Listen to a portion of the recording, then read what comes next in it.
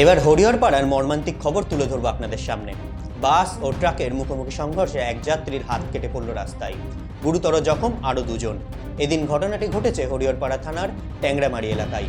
রক্তাক্ত অবস্থায় হাত প্লাস্টিকে করে হাসপাতালে পৌঁছলেন তিনি। সুনিতা মুর্শিদাবাদের সর্বকালের সেরা এবং ঐতিহাসিক বস্ত্র প্রতিষ্ঠান।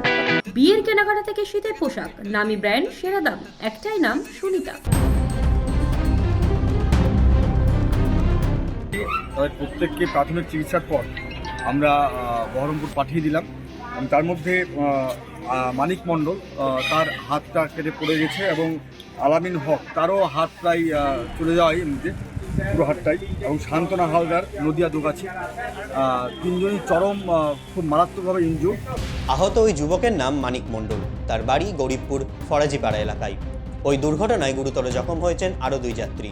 তাদের নাম আলামিন হক ও শান্তনা হালদার, বাড়ি নদিয়ার দোগাছি ও বেলডাঙ্গা এলাকায়। সবারই প্রাথমিক চিকিৎসাটা এখানে করা হলো। আপাতত প্রাইমারি ব্যান্ডেজ করার পর আমরা মাত্র 15-20 মিনিটের মধ্যেই আমরা প্রত্যেককে এখান থেকে অ্যাম্বুলেন্সে বহরমপুর পাঠিয়ে দিয়েছি। সঙ্গে লোকজনও গিয়েছে এবং তাদের বাড়ির লোকজনকে খবর দেওয়া হয়েছে।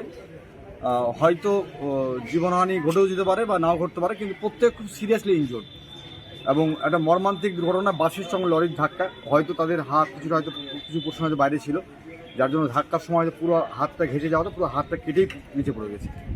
তো এই দৃশ্য দেখা খুব মুশকিল, এবং হরিয়াপাড়া থানা এবং এলাকার মানুষ সবাই মিলে খুব সাহায্য করেছে। সবাই মিলে সঙ্গে সঙ্গে তাদেরকে হাসপাতালে নিয়ে এসছে।